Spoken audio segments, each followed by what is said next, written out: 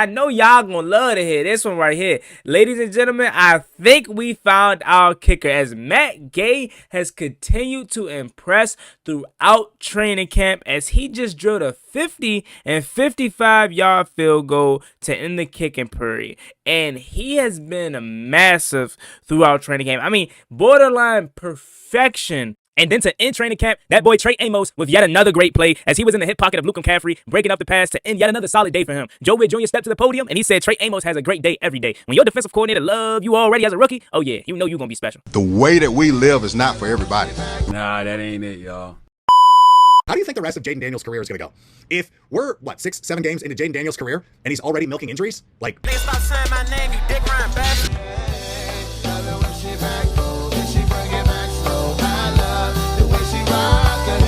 I love the way she move it, shake it on me. When she cry for him, and shawty is the winner. You can tell that shawty love again now. She's confident.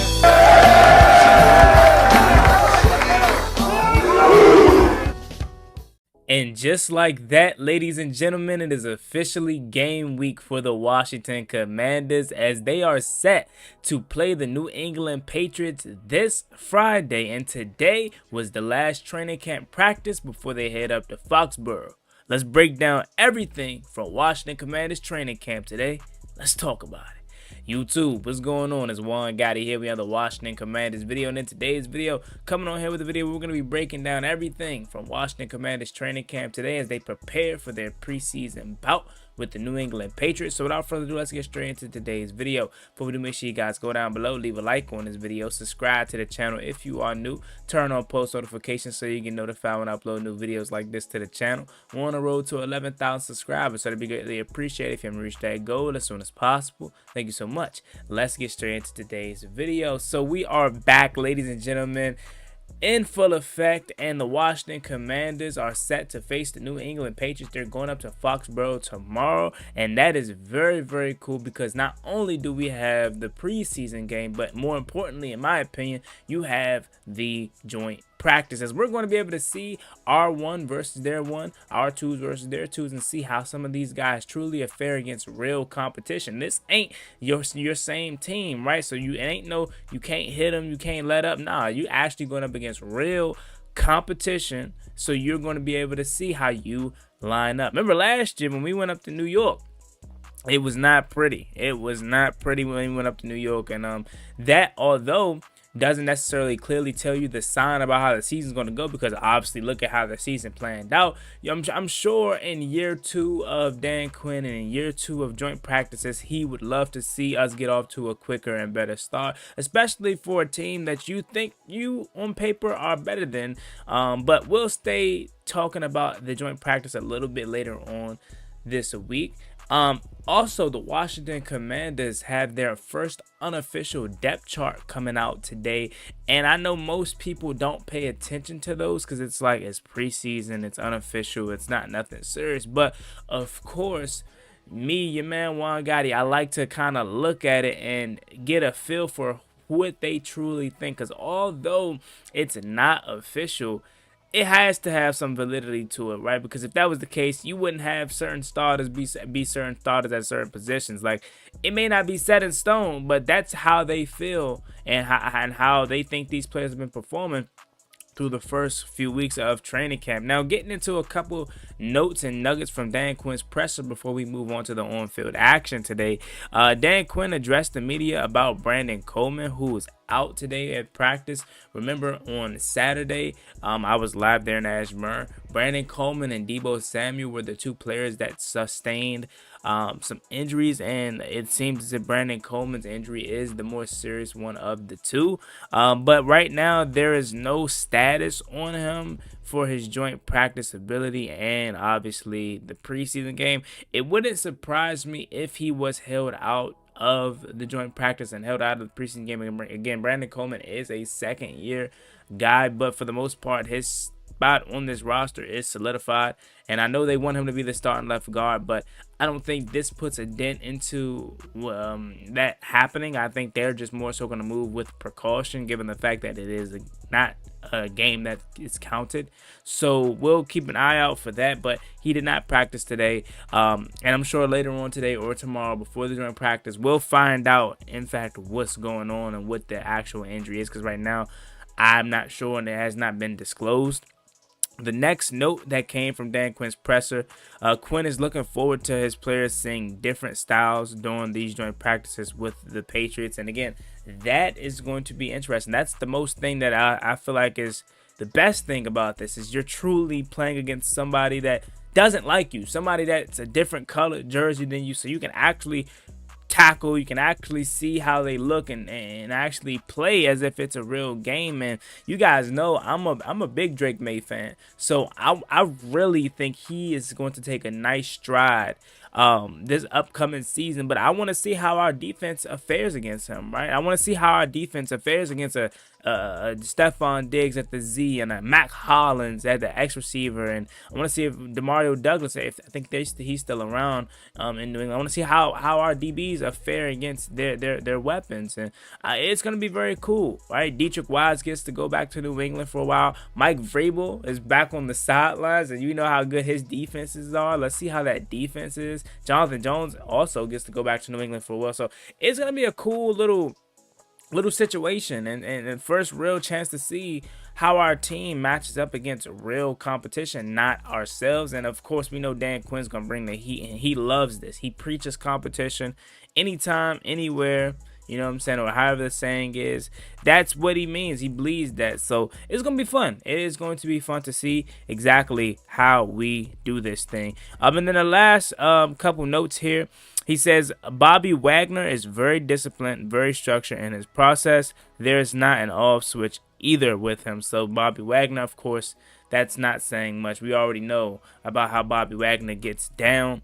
He's the constant pro. He's the standard in a lot of people's eyes. First ballot Hall of Famer, and he's still playing at a high level. We know how important and how good Bobby Wagner truly is. And then the last note before we get to the on-field portion of today's video, Dan Quinn said it's too early to call in terms of Cosmi's availability for week 1, but he is busting his tail and doing a lot of field work. The team likes his progress thus far. And again, that goes back to when I got a little bit excited when I heard that, you know, he had a possibility to play week 1 or at least be active. And that's where I think Dan Quinn is more so pushing for than for him to actually get playing time week 1. I think they just want to have the ability for him to be on the active roster and maybe slowly work him back in the rotation, because again, if he starts the season on a physically unable to perform list, then he has to be out 6 weeks off rips, right? Kind of like how Chase Young was. And I don't think that's what they want to do. They want to have him on an active roster, so I think that's where they're pushing for, more so than to have him actually play. But again, as Dan Quinn often says, his favorite saying is, we won't miss a step. So we're going to take it slow with Sam Cosmi, but again, I'm sure they're pushing every single day for him to get out there and show some progress so he can be on the active roster come, you know, final cuts and whatnot. So moving on to the on-field work today, we got a nice update from Deebo Samuel. Deebo Samuel is on the field, helmet on, and stretching today. Samuel appeared to hurt his finger near the end of Saturday's practice.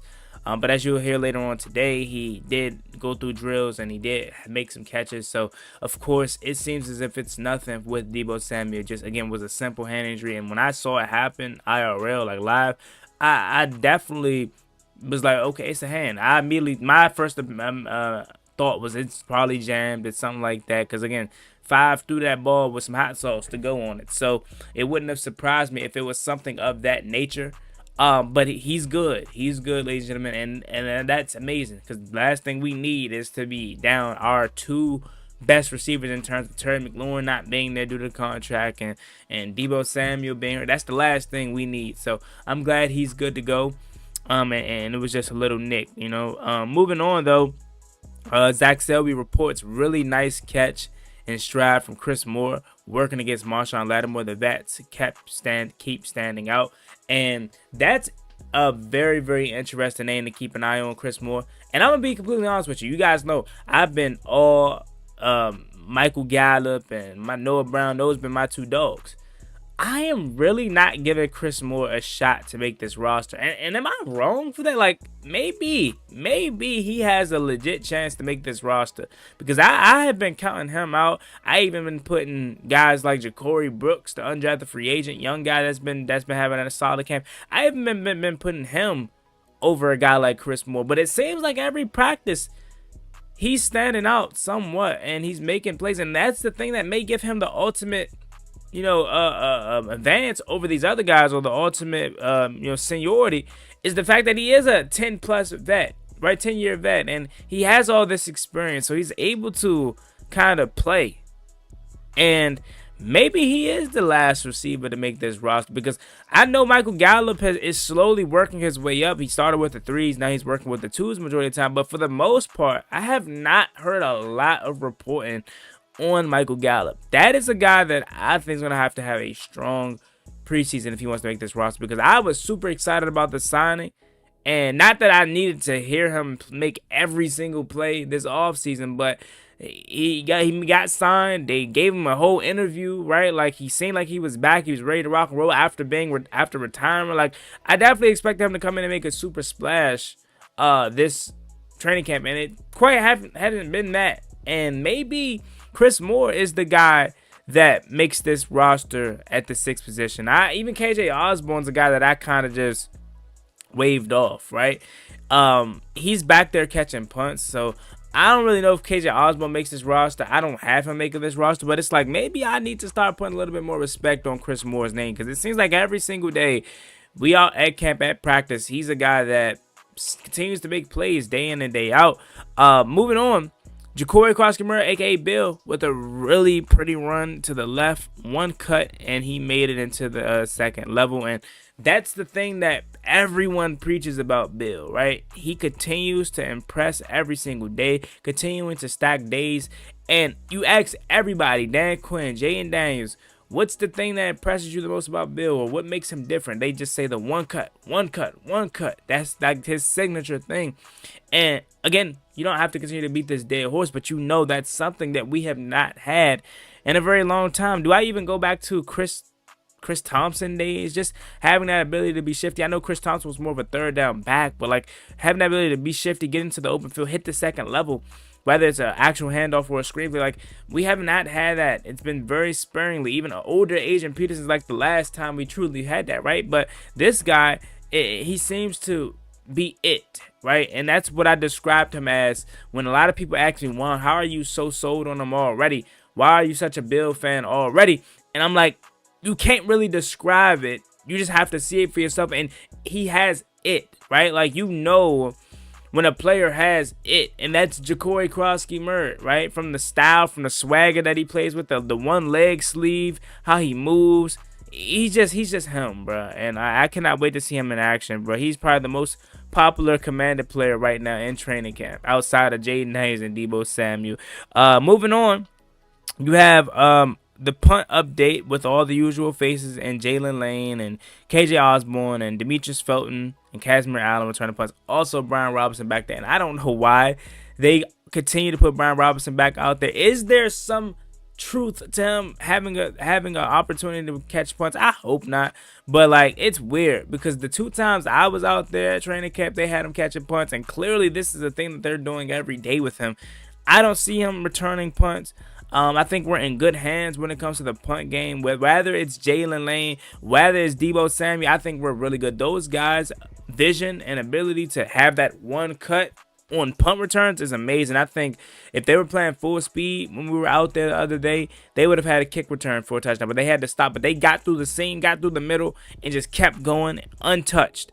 And I would rather Jalen Lane be back there, because I do think Deebo Samuel is too valuable to this offense. But if it's a case of a game where it's like we're slow on offense, we're struggling, and we just need a spark, I think Deebo Samuel is your guy to put back there, because they both, Jalen Lane and Deebo Samuel, can get the job done. very, very effectively, as the kick return game ultimately turns into a dangerous one. I think the last time we've truly had a dangerous kick returner, punt returner, was probably Brandon Banks and maybe DeAndre Carter for a little while. But we have one. We have maybe Deshaun Jackson, but you know what I'm saying? That was more so a name than his actual, ability to return punts with the Commanders. And then another note comes in. It says, wow, absolute incredible catch from Deebo Samuel. Good coverage from Jonathan Jones, but Daniels put it exactly where it needed to be. And that connection continues to brew. I talk about it every single day because it's truth. And it wouldn't surprise me if early on in the season, after Terry McLaurin gets his contract extension and everything is settled down, it wouldn't surprise me if these two guys are connecting well. These two guys are putting up a lot of action together, because the truth of the matter is you as a player and as a human, you're more comfortable with the people that you spend the most time with.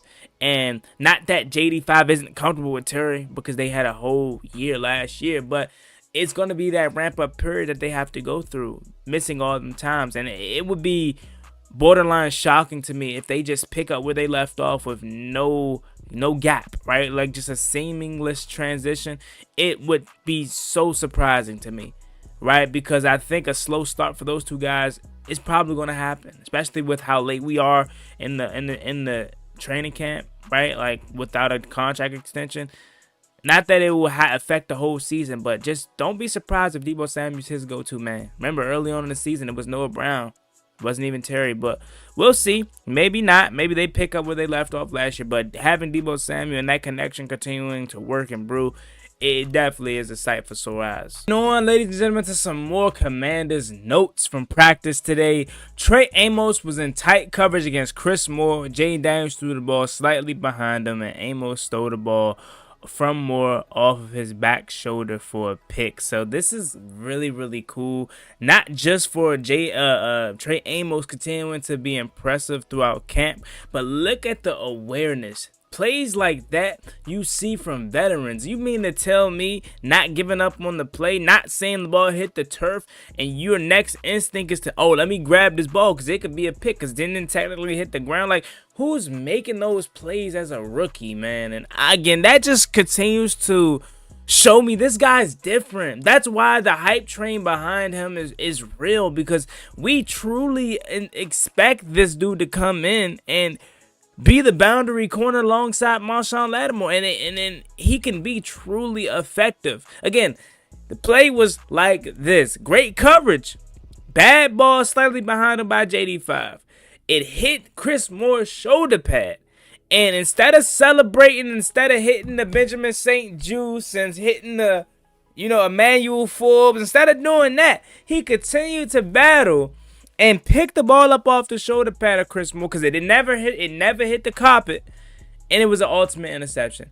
I love Trey Amos, man. Frozone and chill, you know what I'm saying? That's about to be cool, bro. I cannot wait to see those two ball out.